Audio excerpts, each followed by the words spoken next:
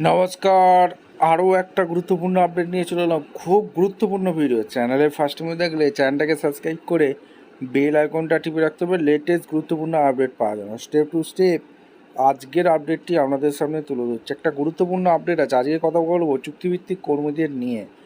নতুন বাজেট 2026 হতে যাচ্ছে। বাংলায় বিজেপি সরকার এসছে, নতুন পূর্ণাঙ্গ বাজেট পেশ হতে চলেছে। বাজেট অধিবেশন ডাকতে চলেছে বিজেপি।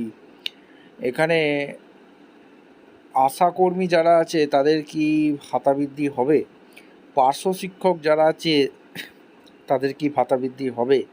আইসিডিএস কর্মী সহায়িকা যারা আছে, আইসিডিএস অঙ্গনওয়াড়ি দিদিদের তাদের কি ভাতা বৃদ্ধি হবে? সিভিক ভলেন্টিয়ারদের দীর্ঘদিনের দাবি, তাদের কি ভাতা বৃদ্ধি হতে চলেছে? আইসিটি 6 পেজ 7 পেজ যারা আছে, খুব গুরুত্বপূর্ণ পার্ট, তাদের কি ভাতা বৃদ্ধি হতে চলেছে? ভিআরপি দীর্ঘদিনের বঞ্চনার শিকার, তাদের কি ভাতা বৃদ্ধি হতে চলেছে?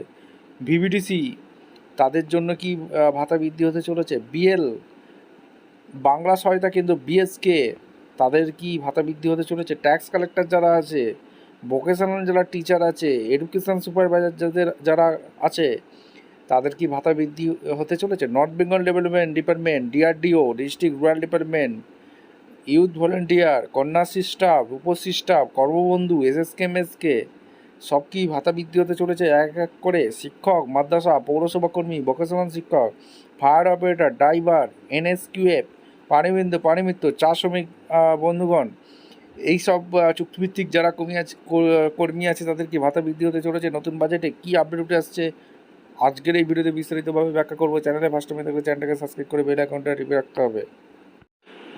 আচ্ছা, শুভেন্দু অধিকারী মহাশয় কিন্তু প্রতিশ্রুতি দিয়েছিলেন সমকাজে সমবেতন হবে, স্থায়ীকরণ হবে, চুক্তিভিত্তিক কর্মীদের একদম সমকাজে সমবেতন করে দেবে। সেই প্রত্যাশা কি পূরণ হতে যাচ্ছে প্রথম পূর্ণাঙ্গ বাজেটে? নতুন সরকারের প্রথম পূর্ণাঙ্গ বাজেট আগামী 18ই জুন থেকে শুরু হতে চলেছে রাজ্যের বাজেট অধিবেশন। শুক্রবার বিশেষ অধিবেশনে এই ঘোষণা করেন বিধানসভার অধ্যক্ষ রথীন্দ্র বোস। বাংলা নতুন সরকার গঠনের পর এটাই প্রথম পূর্ণাঙ্গ বাজেট অধিবেশন হওয়ার রাজনৈতিক মহল থেকে সাধারণ মানুষের নজর এখন সেই দিকে। রাজ্যের উন্নয়ন, নতুন প্রকল্প এবং অর্থনৈতিক সংস্কার নিয়ে গুরুত্বপূর্ণ ঘোষণা হতে পারে বলেই আশা করা হচ্ছে। বিধানসভা দাঁড়িয়ে মুখ্যমন্ত্রী শুভেন্দু অধিকারী মহাশয় বিরোধীদের উদ্দেশ্যে বলেন, বিরোধিতা অবশ্যই হোক, তবে তার যেন গঠনমূলক হয়। তিনি জানান, রাজ্যের সাথে সব পক্ষে সহযোগিতা প্রয়োজন।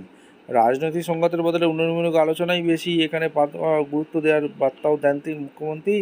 বিধানসভা নির্বাচন থাকায় চলতি বছরের ফেব্রুয়ারি মাসে আগের সরকার নিয়ম মেনে অন্তর্বর্তী ও আর্থিক প্রস্তাব পেশ করেছিল। সেই প্রস্তাবের মেয়াদ ছিল 4 মাস। এবার পূর্ণাঙ্গ বাজেট তৈরির জন্য ইতিমধ্যেই সব দপ্তরকে প্রস্তুতি শুরু করার নির্দেশ দিয়েছে নবান্ন। সূত্রের খবর, নতুন সরকারের ভবিষ্যৎ পরিকল্পনা এবং প্রতিশ্রুতি প্রকল্পগুলি মাথায় রেখেই বাজেট তৈরি করা হবে। রাজ্যের আয় ও ব্যয়ের মধ্যে সামঞ্জস্য বজায় রাখার ওপর বিশেষ জোর দেওয়া হয়েছে। একই সঙ্গে ঋণের বোঝা কমিয়ে পরিকাঠামো খাতে ব্যয় বৃদ্ধি করে স্থায়ী সম্পদ গড়ে তোলার পরিকল্পনা নেওয়া হয়েছে। এই বিষয়ে অর্থ দপ্তরের কর্তাদের সঙ্গে বিস্তারিত বৈঠক করেছেন মুখ্য সচিব মনোজ আগরওয়াল। প্রশাসনিক সূত্রে জানা গেছে, অর্থের অপচয় রুখতে প্রতিটি দপ্তরকে কড়া নজরদারির নির্দেশ দেওয়া হয়েছে। বিভিন্ন খাতে বরাদ্দের হিসাব নতুন করে খতিয়ে দেখা হচ্ছে। বিশেষ করে প্রায় 4 লক্ষ কোটি টাকার বাজেটে পরিকাঠামো খাতে মাত্র 41,000 কোটি টাকা বরাদ্দ পাওয়ার অসন্তোষ প্রকাশ করেছেন অনেক আধিকারিককে। ফলে আগামী বাজেটে রাস্তা, সেতু, স্বাস্থ্য, শিক্ষা এবং কর্মসংস্থানের মতো গুরুত্বপূর্ণ ক্ষেত্রে বেশি বরাদ্দের সম্ভাবনা তৈরি হয়েছে। এখন দেখার, নতুন সরকারের প্রথম পূর্ণাঙ্গ বাজেট কতটা স্বস্তি এনে দিতে পারে সাধারণ মানুষের জীবনে, এটাই দেখার। আপনাদের মতামত অবশ্যই কমেন্ট করে জানাবেন।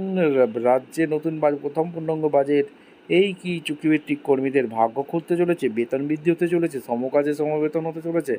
আপনাদের মতামত অবশ্যই কমেন্ট করে জানাবেন। দেখা হচ্ছে কোনো পরবর্তী ভিডিও। ধন্যবাদ।